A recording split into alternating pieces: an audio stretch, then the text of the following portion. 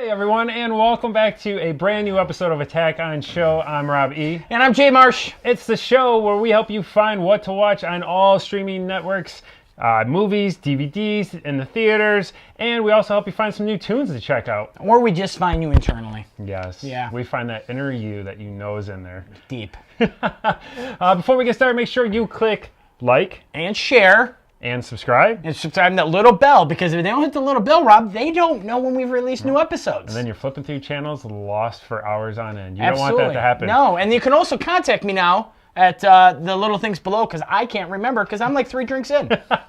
We got an exciting episode today for you. We are taking a look at the brand new release trailer of Brightburn. It's brand new now. It's 6 months old by the time you see it, and Sure. it's already on DVD. So Editing takes time, kids. It takes a lot of time. to be this perfect, It does. And then on Be Kind Rewind, we're going to go to a Tim Burton classic with Dumbo coming out. Absolutely. We're going to look back at an older movie of his, Edward Scissorhands. Really, I can't wait to talk about this. Yes. We've actually had quite a bit of discussions I'm pre-show excited. about this. Yeah. And then on Binge-worthy, we're going to take a look at the Netflix original series, Ozark. Yes. Jason Bateman's Yes. amazing in this. You're going to want to stick around. He's kind of a handsome man too, Rob. Very handsome. Not aging. He's got the Rob Lowe effect. No, I like to say the J Marsh effect. Yeah. And then on I Miss My MTV, we're going to listen to LUC. The track is called Glow. Very funky. Super funky. Little 80s style to it. And I like the video too, which that doesn't often happen at this level. Yeah, it's hard to find good videos when you watch such quality as this. Absolutely. Ladies and gentlemen, this is Attack on Show.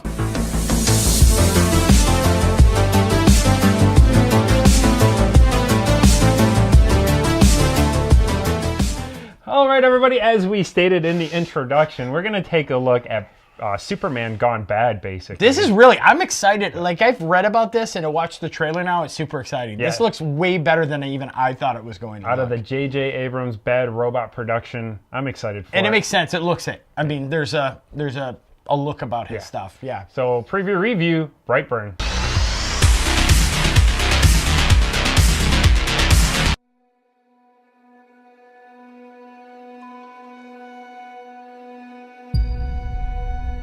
Mom, who am I?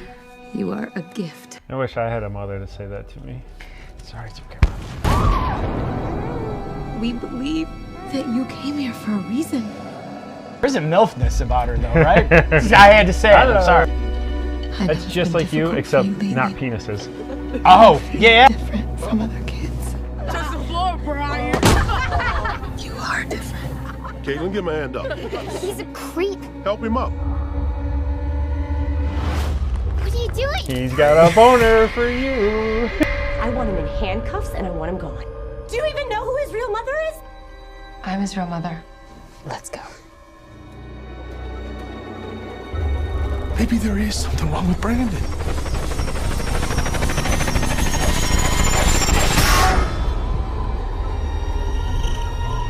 I will never turn against our son. He's not my son. God, bad Yeah, flashback. sorry. Yeah, sorry.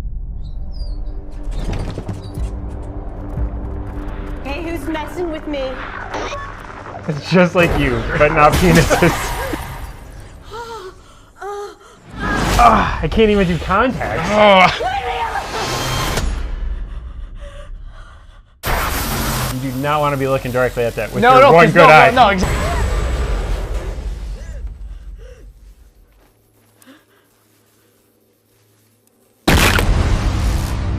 Something wrong? Ah, there's Mom again. Whoa, wait. You're one of the only people in the world. Again, That's how special but no I am. penis. Yeah. There are believed to be no survivors among the 268 passengers on board. There are easier way to get small bags of peanuts. Isn't there? No. It's just a floating kid. I What's he don't so need afraid to. of? I know there is good inside you. Star Wars did it first.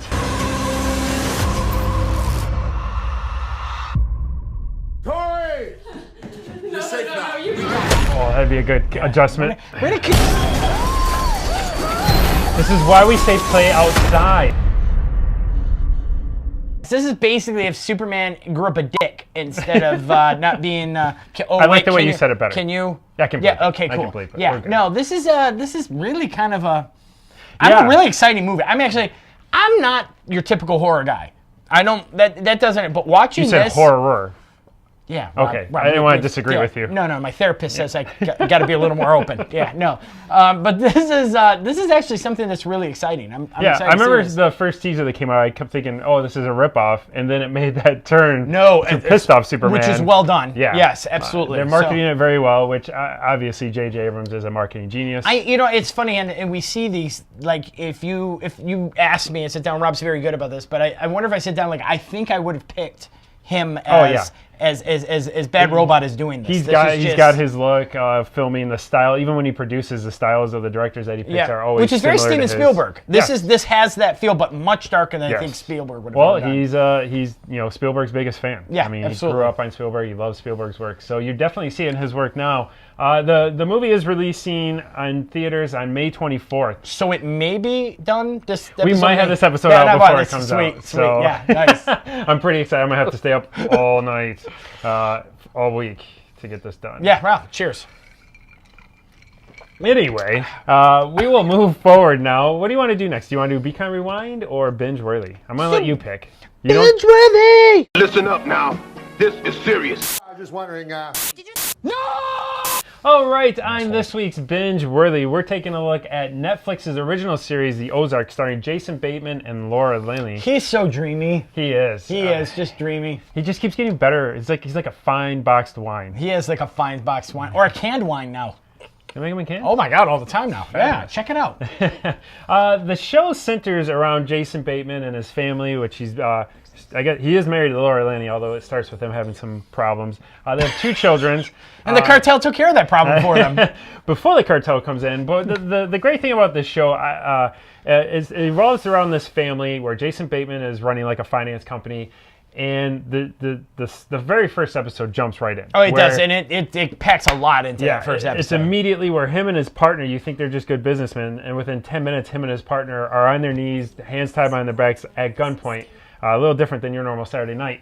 And basically, his partner had been embezzling money from the cartel. They off his partner and are getting ready to kill Bateman. And he says, I've got an idea on how to... Basically, they're money launderers for the cartel. Which is based off just a pamphlet that he's seen. Yeah. It was very well... He sees a pamphlet about this, this town called the Ozarks. And he believes he can continue laundering money for the cartel and give them, more of their percentage back. So he basically makes up this lie to save his family and then has to go to the Ozarks and start finding ways to launder money. And the look of the show is amazing. It is. The color, cinematography, the color is phenomenal. The coloring in it, the blue hue that they keep throughout the series. They just keep this monotone tone throughout the whole show because it matches the mood.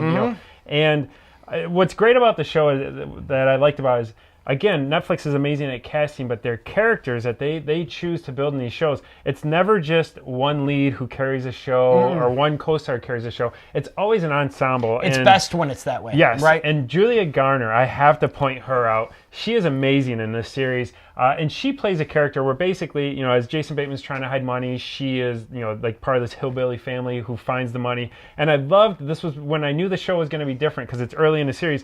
When Jason Bateman goes to talk to these people to get his money back, he thinks they're just stupid hillbillies, the stereotypical that you see in film and movies and shows. And the family, when he tries to outsmart them, they're actually smarter than him. relax. Why do I have this feeling we both know that you'd be better off dead? And he knows that he's kind of met, his match, and kind of takes her under the wing. If I ever go to prison, so do you. And Jason Bateman's character is amazing. The thing I love best about him is the guy faces so many problems throughout the show, where every episode, more crap just gets thrown at him. Are you out of your goddamn minds? Huh? Are you crazy? Do you know who that guy works for? And he just has this simplistic view of things of like, we just have to get through it. Tell me Grace is okay. Skylar Gardner, I'd like to make a point out, plays his son, who's an amazing character because the kids are obviously kind of screwed up from the problems the parents are having, them being moved, and the son starts kind of picking up on the money laundering aspect. And there's a great storyline with that kid. Yes, and you got it. But yes, he just grows into an amazing character on the show.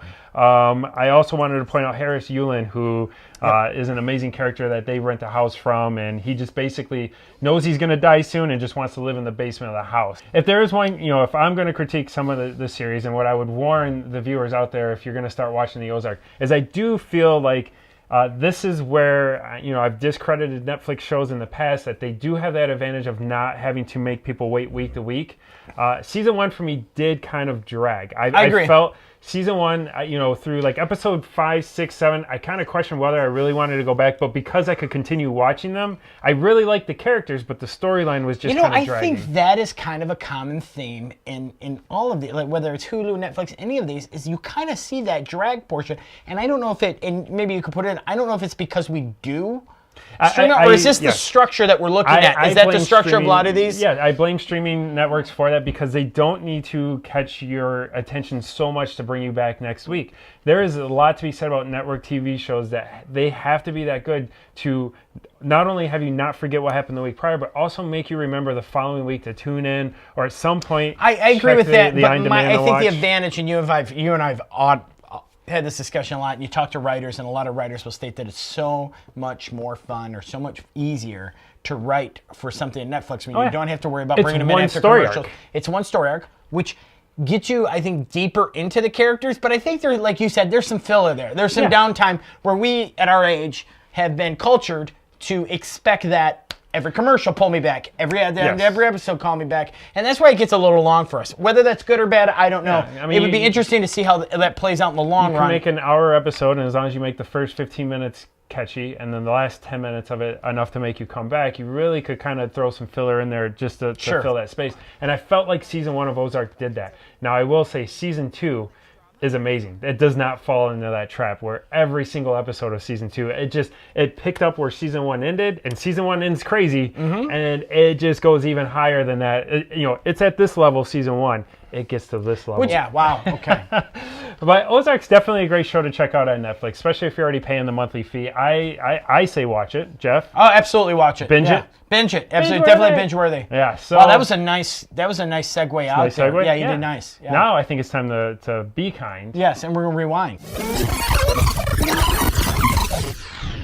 All right, on this segment, yes. Nice. High five. I remembered. Nice, you remembered this time. Be Kind Rewind, which, yes, this was out on VHS. We're going back to the 1990 Tim Burton film, Edward Scissorhands, starring Johnny Depp. And wait, you're telling me Johnny Depp was in a Tim Burton movie? Yeah, I think this is actually this is where. So I will tell you, and Rob and I discussed this early in the week. This is a pinnacle movie for me.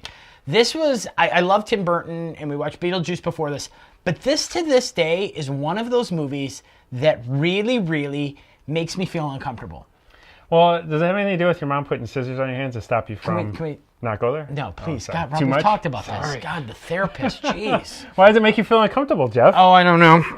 But really, this movie, I think, is generally disturbing, but not in a manner in which you don't want to watch it. It is really, I don't want to say offsetting. Like, you really feel for the character, and you really, yet he's so destructive without wanting to be destructive.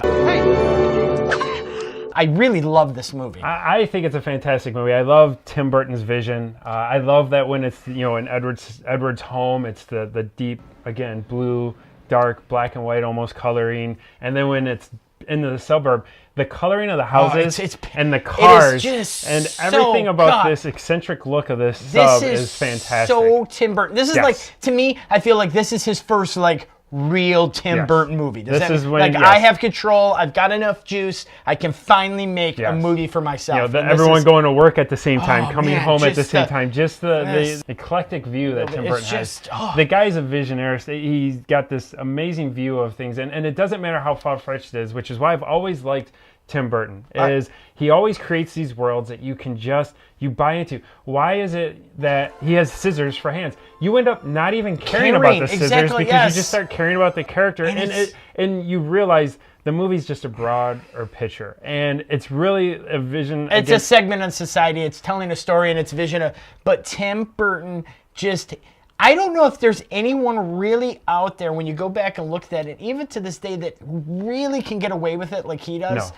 And just create this world that it's off. It feels a little disturbing, and I'm sure that's his design.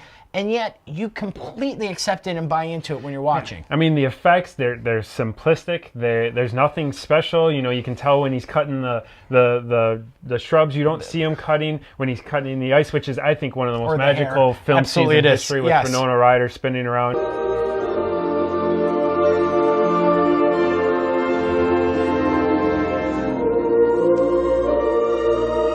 The music is just timed out. Again, Danny Elfman working with Tim Burton.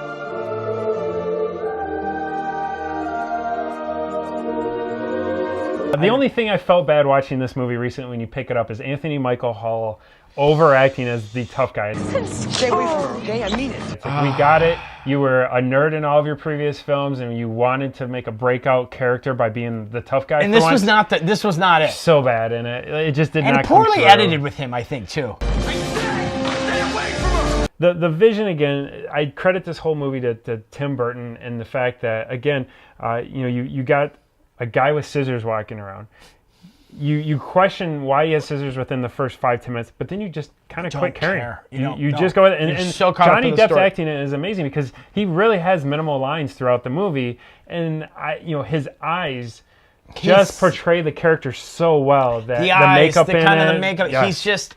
And I think a lot of times people don't, because he's been out there so much and it's kind of become a tabloid thing, but he really is a great actor when it comes down to it. And I have to, one of the similarities I liked in this film was obviously Tim Burton was a huge Ed Wood fan. And Ed Wood was so excited to work with Bela Lugosi. So when Tim Burton made this movie, to go find Vincent Price and give him a small role. Absolutely.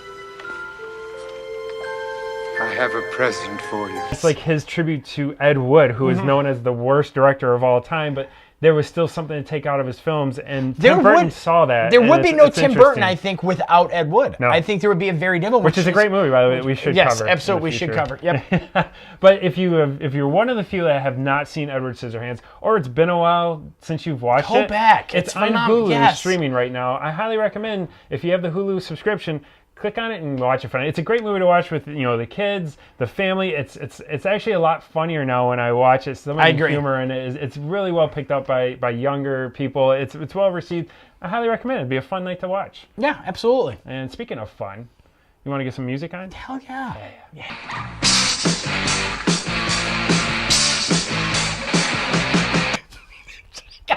Yes, that means I miss my MTV.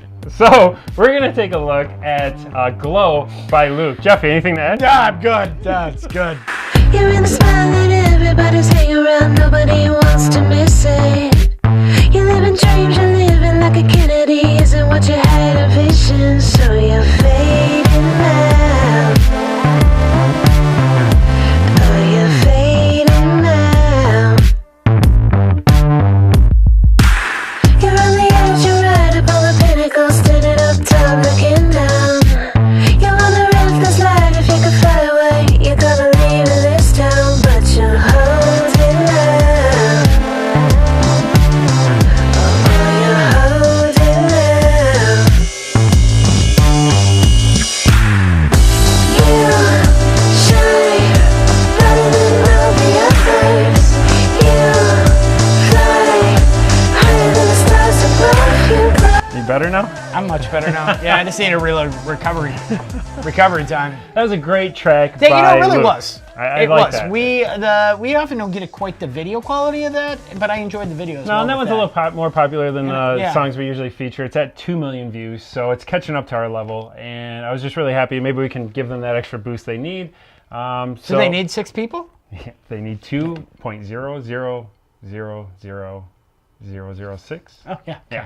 So it was a great episode, everybody. Before Twitter goes crazy and you're done watching this episode, you start blowing up Twitter with rumors. I did just want to say, don't look too much into this shirt. I'm not taking over for Chris Evans. But you said... Don't read too much into it. I know that's right on your mind when you started watching, so I just want to dispel the rumors before it gets too crazy. Wow, all right. That concludes our episode. Before we end it for good, make sure June 1st and 2nd, come to Downriver Comic Con. We'd love to see you guys there. We're gonna have some swag there. Yeah, we got the amazing glass from last week's episode, which if you haven't watched, go ahead and click this little icon at this point and go view it. You're right gonna up there? laugh your Right there? booty off. Wow. Yeah, it's gone okay. now. Oh, it's all gone. right. You gotta know how these things work. It's quick. So, ladies and gentlemen, thank you for checking this out. Again, I'm Robbie. And I'm Jay Marsh. This is Attack on Show.